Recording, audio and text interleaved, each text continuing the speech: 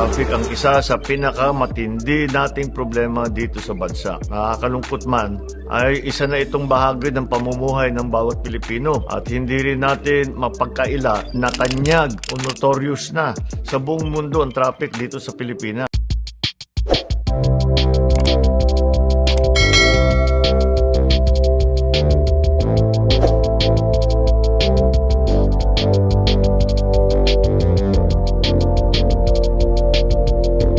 Ilang administrasyon na ang lumipas, sari-saring solusyon ang sinubukan, infrastruktura na ipatayo, merong matagumpay pero hindi naman masyado. Bagamat nakasanayan o nakakalakhan lanang, hindi tayo dapat tumigil sa paghahanap ng mga solusyon. Commuter ka man o pribadong sasakyan, tiyak akong makakapag-relate kayo sa usapang ito. Habang patuloy ang paggawa ng ating mga tulay, flyover, skyway, subway, train system at iba pang mga infrastruktura para sa transportasyon. Patuloy naman ang pagdami ng populasyon natin at ang pagdami ng mga sasakyan. Congested ang Metro Manila, kung kaya bahagi talaga ng pagpaplano ay may develop ang mga kalapit probinsya at syudad. Yan ang mga nakikita natin ngayong mga development. Bulacan, Pampanga sa North at Cavite and Laguna sa South. Kaya pati ang mga kalye at tulay na papunta sa mga lugar na yon ay patuloy natin pinapaganda pa. Pati na rin ang airport. Ang pagkalat at pagparami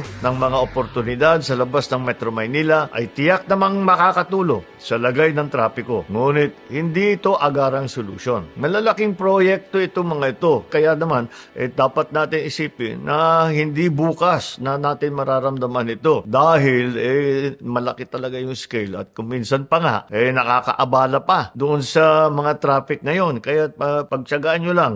Pero pagka nabuo na yan, asahan ninyo, gaganda ang sitwasyon natin.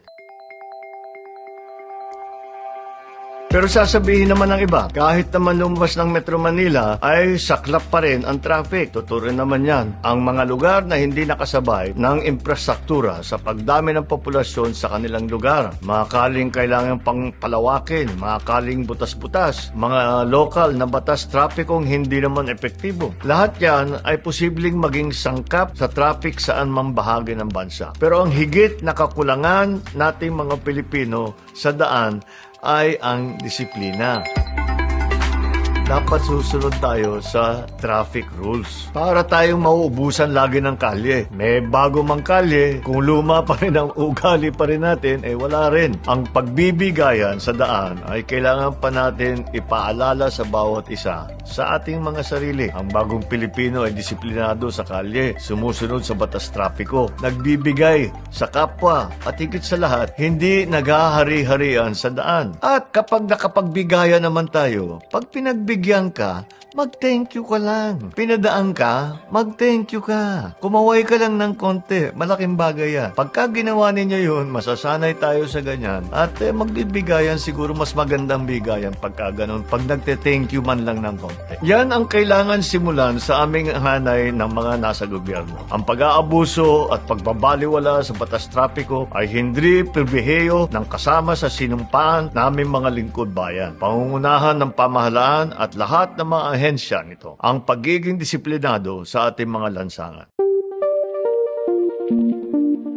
Maraming solusyon at inobasyon ang bunga ng pandemya. Isa na dyan ang work from home. May mga kumpanya na inadapt na talaga ang sistemang ito na naging epektibo para sa nature, yung ugali, yung style ng kanilang mga trabaho. Basta't may malakas na internet na nasa kanilang bahay, nagagawa na rin nila yung kanilang output. Meron ding iba, ang gawa naman ay 4-day work week. Yung panlima ay work from home. Para hindi rin nabubugbog sa traffic ang mga empleyado. Marami ng bansa, lalo na sa Europe, ang gumagawa nito. May iba naman na para makaiwas sa traffic ay ina-adjust nila ang oras ng pagpasok at pag-uwi ng kanilang mga empleyado para hindi kasabay ng tinatawag na rush hour. Lahat ng ito ay magandang mga solusyon at maaaring makatulong sa sitwasyon ng traffic natin. Sa susunod na mga araw ay tatalakayin pa natin na mas detalyado itong kasama ng iba't ibang ahensya at LGUs. Abangan ninyo at makikilahok rin kayo